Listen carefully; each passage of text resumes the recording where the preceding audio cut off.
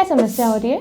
Ma'am मैंने घर पे प्रेगनेंसी किट से चेक किया था तो मुझे प्रेगनेंसी है, तो मुझे बच्चा नहीं चाहिए। मेरा बच्चा भी छोटा है, 2 साल का है। अभी हमने कोई प्लान नहीं किया है। अच्छा ठीक है, हम तुम्हारी एक बार सोनोग्राफी करवा लेते हैं, उसमें पहले देखते हैं है ना पोजीशन क्या है बच्चे की। घर पे मैंने किट से चेक किया था, इस पे 2 लाइन नहीं है, तो फिर सोनोग्राफी की ज़रूरत है मैम? सोनोग्राफी की ज़रूरत है। हमेशा यूपीटी टेस्ट पॉजिटिव आने का मतलब ये नहीं होता कि प्रेगनेंसी यूट्रस में ही है। आज मैं आपको एक्टोपिक प्रेगनेंसी के बारे में बताऊंगी, क्या होती है और क्यों होती है। एक्टोपिक प्रेगनेंसी, बहुत बार प्रेगनेंसी यूट्रस में ना इम्प्लांट होकर कहीं और इम्प्लांट हो जाती है। एक्टोपिक प्रेगनेंसी ट्यूब में भी हो सकती है, ओवरी में भी हो सकती है, सर्विक्स में भी हो सकती है। अगर आपका प्रीवियस सिजेरियन हुआ है तो सिजेरियन स्कार की एक्टोपिक प्रेगनेंसी भी हो सकती है, और बहुत रेयर केसेस में ये एब्डोमिनल एक्टोपिक प्रेगनेंसी भी हो सकती है।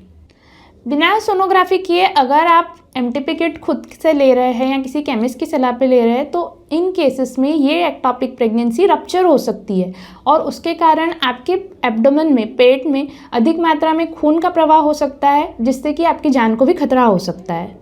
इसलिए हमेशा आपको अगर एमटीपी करवाना भी है तो अपने डॉक्टर से सलाह लें, सोनोग्राफी करवाएं, उसके बाद ही एमटीपी किट लें।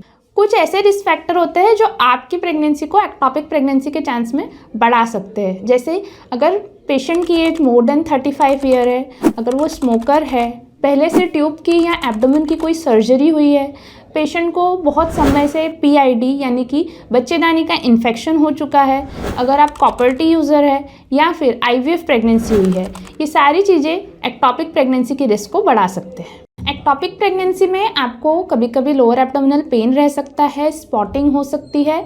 इन सभी चीज़ों को ध्यान में रखते हुए हमेशा अपने डॉक्टर की सलाह पे ही एमटीपी के लिए जाए, और अगर आपको कोई भी समस्या होती है तो उससे आपके डॉक्टर के लिए आपको कंसल्ट करना चाहिए। अपनी सेल्फ मेडिकेशन से बचें। Thank you.